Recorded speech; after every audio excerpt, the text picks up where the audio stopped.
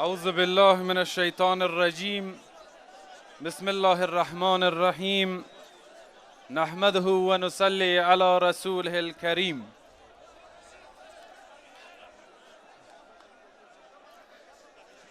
وطندارای عزیز، هموطنان عزیزم، برادران، خواهران گرامی، از هر کجایی که هستید و تشریف آوردید، از پامیر زیبا تا وادی هریرود، از بلخ تا بامیان، از ننگرهار تا نورستان، از آمودریا تا هیرمند، و برادرایی که امروز در مجموع ما و جمع ما در اینجا امروز جمع شدیم،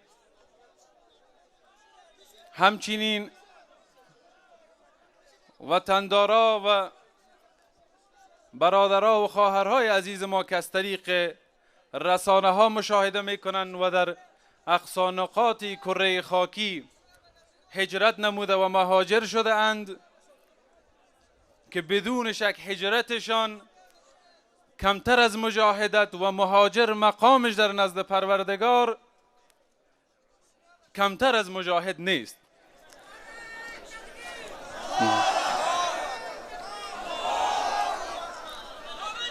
الله اکبر. الله. علمای کرام، رهبران و فرماندهان جهاد و مقاومت، متنفذین، روشنفکران، استادان مکاتب و دانشگاه ها، کسبکاران، کشاورزان، بازرگانان، محاسن سفیدان، مردان، زنان، جوانان، نوجوانان و کودکان عزیزی سرزمین و همچنین فرزندان و خانواده های عزیز شهدا که نور چشم، برکت و نعمت تک تک ما و شما هستند، السلام علیکم و رحمت الله و برکاته.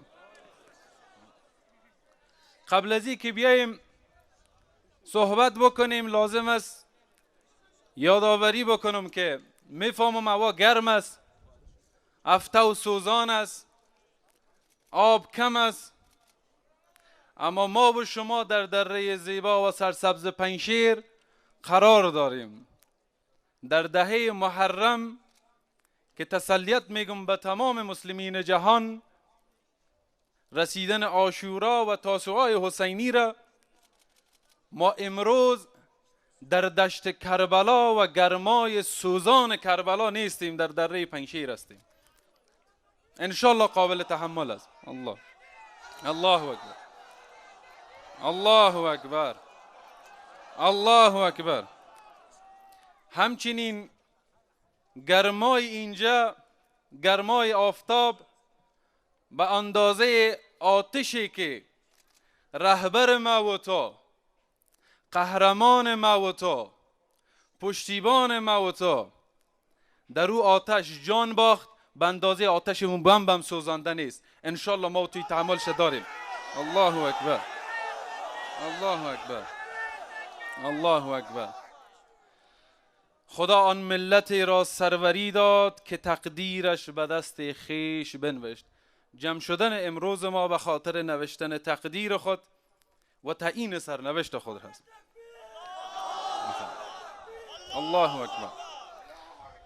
با درود بر روان پاک طلایه‌داران جهاد و مقاومت و مبارزه با تروریسم و افراطگرایی، رهبر شهید پروفسور برهان الدین ربانی، قهرمان ملی کشور شهید احمد شاه مسعود، مرحوم مارشال صاحب قسیم فهیم، شهید استاد عبدالعلی مزاری، شهید مولا نقیب آخوند، شهید صفی الله افضلی، شهید سید مصطفی کاظمی، شهید عبدالرحیم غفورزی، شهید مطلب بیگ، شهید احمد خان سمانگانی و هزارها شهدای نشاندار و گمنام این مملکت که جا دارد اسم تک تکشان گرفته شود، اما به خاطر ضیقی وقت در اینجا درود میفرستیم به تک تک روانهای پاک اونها. در عین حال امروز بار دیگه دشمنهای قسم خورده ای سرزمین حادثه خطرناک و المناک دیگه در کابل خلق کردند. با درود بر روان شهدای حملات تروریستی 18 سال اخیر تا همین صبح امروز و سلام و احترام به پاسداران استقلال و آزادی، نیروهای با عزت و با غیرت امنیتی ما و شما که چون مجاهدین و مقاومتگرای دمرو دیروز امروز در مقابل دشمنهای قسم خورده مدافع ارزشهای ملی و میهنی ما و شما و باورهای اسلامی و دینی ما و شما به حفاظت و صیانت از کیان مملکت ایستاده هستند. و سلام و درود خود را خدمت او عزیزایم میفرستم که جانهای عزیزشان در طول 40 سال مبارزات بر حقی مردم نصف از جان، دست، پای، چشم از دست دادن، معلولیت را قبول کردن اما اسارت و مزدوری را قبول نکردن. الله اکبر، الله اکبر، الله اکبر. به تمام این عزیزا و این برادرها و خواهرای عزیز ما که نشانه های از فداکاری و غیرت و غروری ملت و همچنین نشانه زنده ظلم ظالمین و فساد و فتنه دشمنان این مملکت به این مملکت هستند، به تک تک وام سلام عرض میکنم.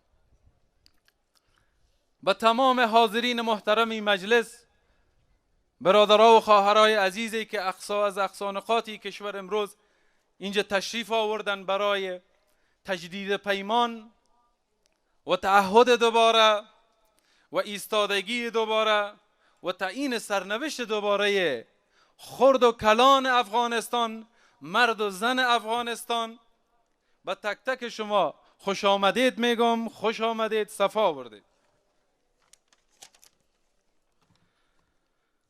هموطنان عزیز، وقتی امروز این جمعیت بزرگ و این جمع با غیرت و با عزت و پرشور و غیور میبینم، مرا به یاد و خاطرات 18 سال پیش برد که با هم در میان سیلی از اشک و غم با حضور رهبران جهاد و مقاومت با سینه پر از درد رهبر خود را به دامن خاک سپردیم. الله اکبر، الله اکبر، الله اکبر. و او روز فریاد زدیم همه ما و شما که ای خاک تیر دلبر ما را عزیز دار، این نور چشم ماست که در بر گرفته ایم. وقتی که تمام شما دوستا را میبینم یاد او روز میفتم که هر چقدر برادرای امنیتی کوشش میکردن مردم را متفرق بسازن، خبرها و راپورهای سخت و خطرناک می آمد که دشمنها تصمیم به بمبارد دارن، تصمیم به حادثه المناکتر و بزرگتر دارن، اما هیچ کس بر ثانیه‌ای در فکر زندگی خود نبود، در فکر جان و در فکر گرما و در فکر تشنگی نبود. میخواست بر آخرین بار با جسم بیجان رهبر و قهرمان خود وداع بکنه.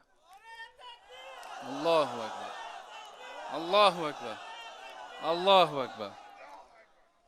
او روز یک کودک 12 ساله بودم که در کنار تک تک شما آرزوها، خاطرات، باورها، آرمانها و اهداف قهرمان ملی را در سینه خود نگه داشتیم و او را به سینه خاک سپردیم. امروز ایجا جمع شدیم یک بار دیگه که او آرمانها و اهداف را از سینه خود بیرون بکنیم، با هم شریک بسازیم و با توکل پروردگار و حمایت مردم اونمو اهداف، اونمو آرمانها و امو خط ان شاء الله تعقیب بکنیم ما و شما.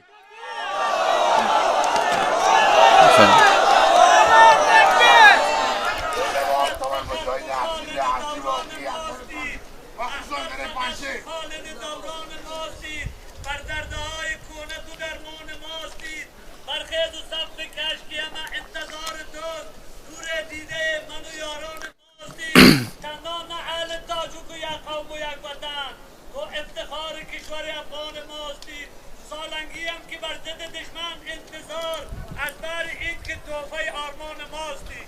ماشاءالله ماشاءالله، الله اکبر الله اکبر الله اکبر.